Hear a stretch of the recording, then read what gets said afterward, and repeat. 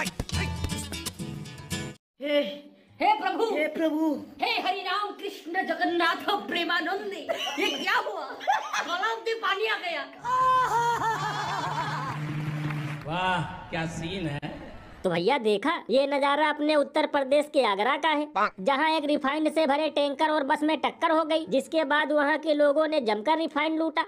लल्लन भैया, यही नज़ारा देखकर तो मुझे कल से नॉन स्टॉप हंसी आ रही है, क्योंकि अमृतकाल में विकास हो गया है इतना फेल कि यूपी वाले बाल्टी लेकर लूट रहे हैं तेल।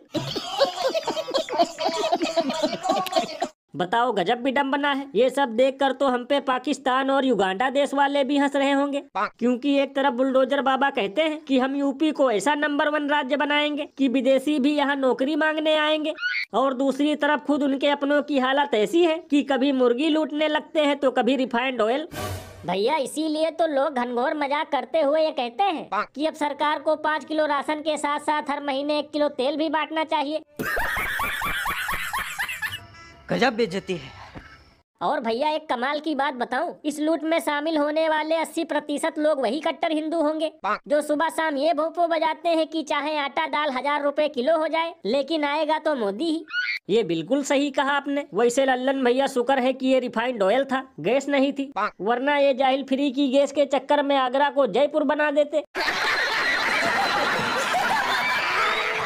और अभी तो रुको, क्लाइमैक्स अभी बाकी है।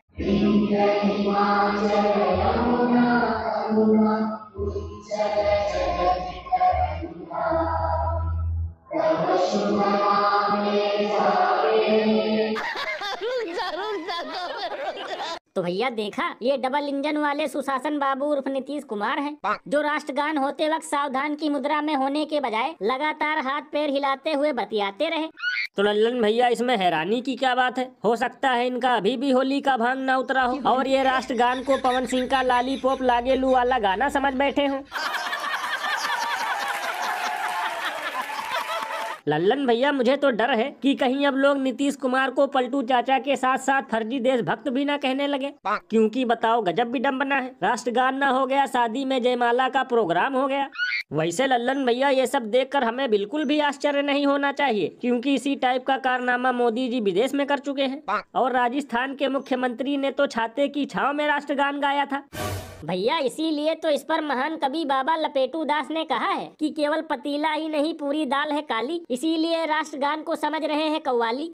अरे बाप रे, ये तो धोती खोल रहा है। और भैया सबसे कमाल की बात तो ये है कि पलटू चाचा के इस कारनामे पर वो गोदी मीडिया के चापलूस एंकर भी ज्ञान देने नहीं आए, जो विपक्षी नेताओं पर बगुले और गिद्ध की तरह नजर रखते हैं। लल्लन भैया, इसीलिए तो शास्त्रों में इन्हें कहा गया है दोगला प्राणी, क्योंकि ये ढक्कन बस विपक्षी नेताओं पर ही खोलते हैं अपनी वाणी।